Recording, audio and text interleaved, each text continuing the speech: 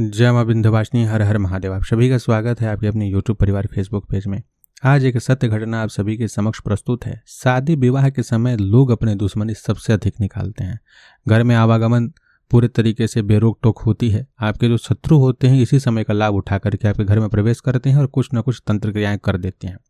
ये चीज़ सर्वविदित है कि 100 अगर अविचारिक प्रक्रिया हो रही हो, शादी विवाह उपनयन तिलक ये सब जो रस्म होती हैं इसी के आसपास उनका चालन किया जाता है सही प्रकार से, जो जड़ पकड़ती है। ऐसा ही एक घटना हुआ उत्तर प्रदेश के क्षेत्र में, देवरिया जिले का यह मामला है। जब हमसे संपर्क किया गया था उस समय स्थिति काफ़ी खराब थी। लगभग 1.5 वर्ष पहले की यह बात है। विवाह का सीजन चल रहा था। उसी समय पहली घटना जब घटित हुई थी वह घटना थी दुल्हन उतरने के समय में ही। दुल्हन जब कार से उतरी, घर जाने की प्रक्रिया में रास्ते में ही बेहोश होकर के गिर गई। घर वो पहुंच ही नहीं पाई। और जिनके घर में यह क्रिया हुई थी, यह विधान हुआ था, जो रास्ते में बेहोश होकर गिरी थी, उनके घर में भगवती के ऐसे स्वरूप पूजे जाते हैं जो हम पहले के कुछ लाइव वीडियोज में बताए हैं। चौखट लांघने से पहले ही बलि दी जाती है और बलि देने के पश्चात ही दुल्हन घर में प्रवेश करती है। अब दुल्हन घर में प्रवेश करेगी कैसे, वो होश ही में नहीं आ रही थी। बहुत करके जैसे तैसे बिना विधान को किए हुए उनको घर में प्रवेश करवाया गया।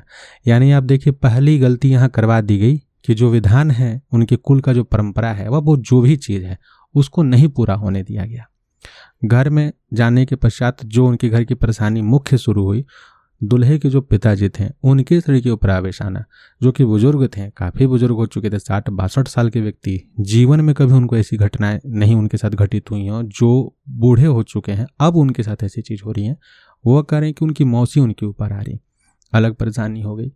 तीसरा परेशानी कि घर में जितने भी मेहमान आए थे, मेहमान जो अपने थे, जैसे कि लड़की की बहन जिनका विवाह हो चुका था, उनके छोटे छोटे बच्चे हैं 5 साल 7 साल के, लगभग सभी बच्चों को कुछ ना कुछ प्रॉब्लम, रोना धोना तो लगा हुआ, डर भय अलग प्रकार से। अब ये चीज़ सर्वविदित तो हो ही गई कि कुछ न किसी प्रकार के अविचारिक विद्या का प्रयोग किया गया है।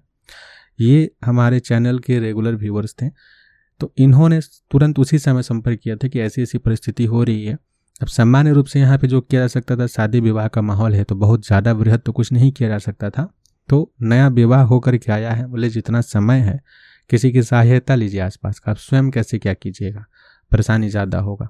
और एक काम कीजिए, नरसिंह धुनी के विषय में बताएं कि आप जो है भगवान नरसिंह के मंत्रों से अभिमंत्रित करके इस प्रकार की धुनी कीजिए। नरसिंह धुनी से हम अपमार की लकड़ी वाला धुनी बताते हैं, वो जब करना शुरू किए तो उससे थोड़ी बहुत रिलीफ तो यह हुई, पिताजी का आवेश थोड़ा कम हुआ, बच्चों का डरना थोड़ा बंद हुआ। और इनकी पत्नी जो थी बहुत अधिक भयभीत होती थी, रात के समय में अजीब ही व्यवहार करने लगती थी, वो थोड़ा कम हुआ।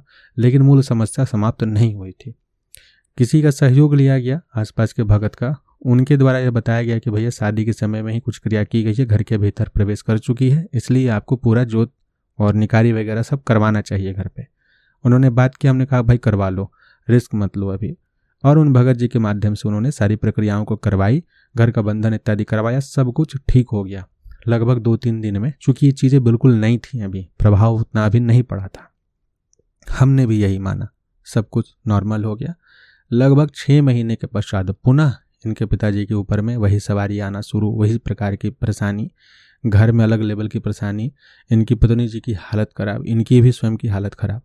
अब इन्होंने संपर्क किया कि क्या करना चाहिए। अब पूरे तरीके से खुल करके इस मामले को देखना खोलना था कि भाई विषय क्या है। जब पूरा प्रयास किया गया सामने से, तब इनके पिताजी के ऊपर जो शक्ति आई हुई थी, जो कह रही थी इनके मौसी, उन्होंने कहा कि मेरी गति नहीं हुई है, अंतिम संस्कार इत्यादि सही से नहीं हुआ है। सच या झूठ पता नहीं, उन्होंने ऐसा कहा।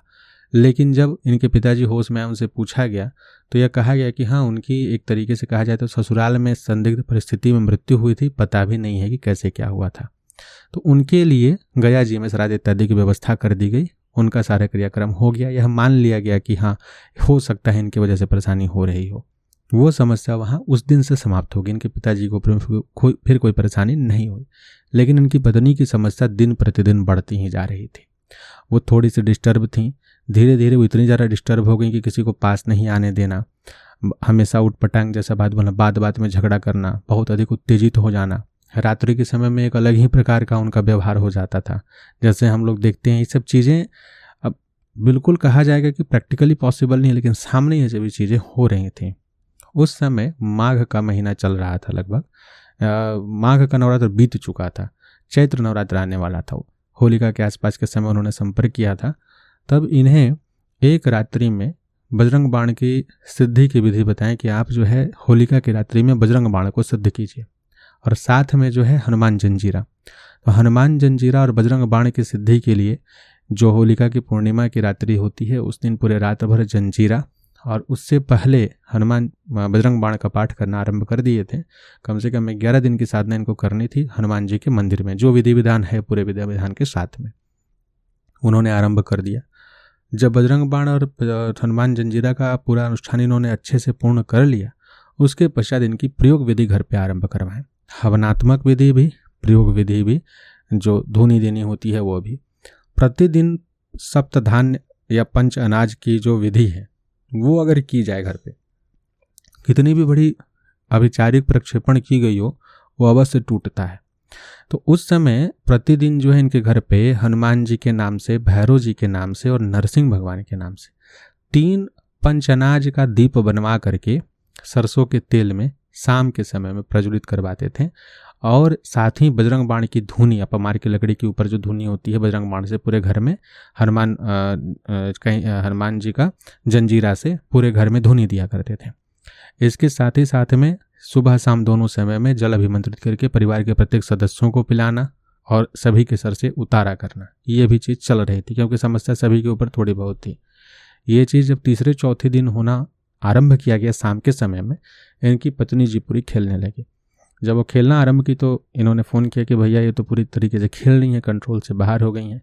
तब कुछ विशिष्ट मंत्रों का प्रयोग करके और जब पूछा गया कि भाई क्या समस्या है, क्यों आप ऐसा कर रही हो, क्या विषय है, तब उन्होंने यह बताया कि विवाह के समय में जब विवाह ठीक हुआ था उसी समय में उन दुल्हन के चाचा जी के द्वारा जो उनके ऊपर जो शक्तियाँ आई थी उनके द्वारा बताया गया। क्यों, ऐसा नहीं था कि मंत्र प्रयोग करने से तुरंत हो गया, ऑलरेडी वहाँ पे इतनी सारी चीज़ें हो चुकी थी, पहले ही एक कोई का प्रयोग वहाँ करवा दिया गया था, भगत जी के द्वारा स्थान की सुरक्षा हुई थी, प्लस ये जो थे साधक थे ये स्वयं साधनाएं कर रहे थे। तो जो अभिचारिक प्रयोग हुआ था वो कहीं ना कहीं कमजोर स्तर का था। कुछ शक्तियाँ वहाँ बंध गई जिनको कि बजरंग बाण और हनुमान जंजीरा के प्रयोग के कारण और ही अधिक कमजोर हो गई और उनको बोलना पड़ गया। बकार इत्यादि मंत्र का प्रयोग सामान्य किया गया, तुरंत बक दी क्या ये नाम है, इस तरीके से आए थे, जबकि ये जानकारी दुल्हन को नहीं है, ये जानकारी केवल लड़के वालों को है कि वो क्या दिए थे यहाँ पे, कि उसी समय में वो चीज़ यहाँ रख करके चले गए थे। और दूसरी चीज़ जो है दुल्हन के साथ में भेजे हैं विदाई में, जो कि घर में प्रवेश करने से पहले ही वो बेहोश होकर के गिरी। चूँकि अगर ये विधि पूरी हो जाती तो आधी चीज़ें तो ऐसी ही खत्म हो जाती और इसके कारण से परेशानी शुरू हुई है। उसके लिए उन्होंने बोला कि आप मुझे वापस कर दीजिए, इस विधि विधान से हम चले जाएंगे, मेरा यह चीज़ है। वो चीज़ हम लोगों ने नहीं दिया, बोले कि ना, हम तुम्हारा सेवा करने के लिए यहाँ पे ना है। बजरंग बाण का ही और कुछ विशिष्ट प्रयोग इत्यादि थे, उड़द के दाने पे जो सब प्रयोग किए जाते हैं वो सब पूरे अच्छे से करवा करके पूरे परिवार को एक एक करके उतारा किया गया। पूरा स्थान का घर का बंधन हुआ और नित्य जो है उस दिन से लेकर आज तक वो उनका पूरा परिवार हनुमान जी का पूरी तरीके से आस्था युक्त हो करके उनकी भक्ति करते हैं। सभी लोग हनुमान चालीसा बजरंग बाण का पाठ करते हैं। उनकी पत्नी भी सही हो चुकी हैं, कामाख्या कवच का बहुत अधिक अनुष्ठान भी कर चुकी हैं और अभी शीघ्र ही हम सभी को लगता है कि शुभ समाचार भी प्राप्त होने वाला है। तो इस प्रकार से हनुमान जी की कृपा से परिवार का रक्षण हुआ। हम यह नहीं कह रहे हैं कि अभिचारिक जो समस्या थी वो 100% हल हो गई, लेकिन उसकी क्षमता भी इतनी नहीं रही है कि उस परिवार के ऊपर अब ऐसी परेशानी चले। परिवार अगर साथ देना तो कितना भी बड़ा से बड़ा विचार हो, आप किसी भी मंत्र जिन देवता के आप शरणागत होते हैं उनके मंत्रों के प्रयोग से ना सिर्फ अपना रक्षण कर लेते हैं बल्कि उस अभिचार विद्या का भी काट हो जाता है। लेकिन आपको भी थोड़ा संभलना होगा, अपनी मानसिक अवस्था को थोड़ा सही करना होगा। अगर आप आपस में दोषारोपण करते रहेंगे, लड़ते रहेंगे पुरानी बातों को लेकर के और दोष ये देते रहेंगे कि अभिचार के कारण से हमारी बुद्धि कुंठित हो गई है, अभिचार के कारण हमारी बुद्धि काम नहीं कर रही है, कोई आपकी सहायता नहीं करने वाला, ऐसे ही लड़के एक दिन मर जाओगे। इसलिए आपस में लड़ना छोड़ करके जब समस्या आई है तो धैर्यपूर्वक प्रयास करके एक साथ मिल करके आप ऐसे अनुष्ठानों को करें तो 5 दिन 11 दिन महीने भर होते होते आप इस पर विजय प्राप्त कर लेंगे। ऐसा मार्ग निकल जाएगा कि उनका प्रभाव आप पे ना पड़े और धीरे धीरे वो समाप्त भी हो जाएंगे। तो आशा करते हैं कि आज की इस घटना से आप सभी लाभ लेंगे और अपने परिवार के रक्षण करेंगे। जय मां विंध्यवासिनी, हर हर महादेव।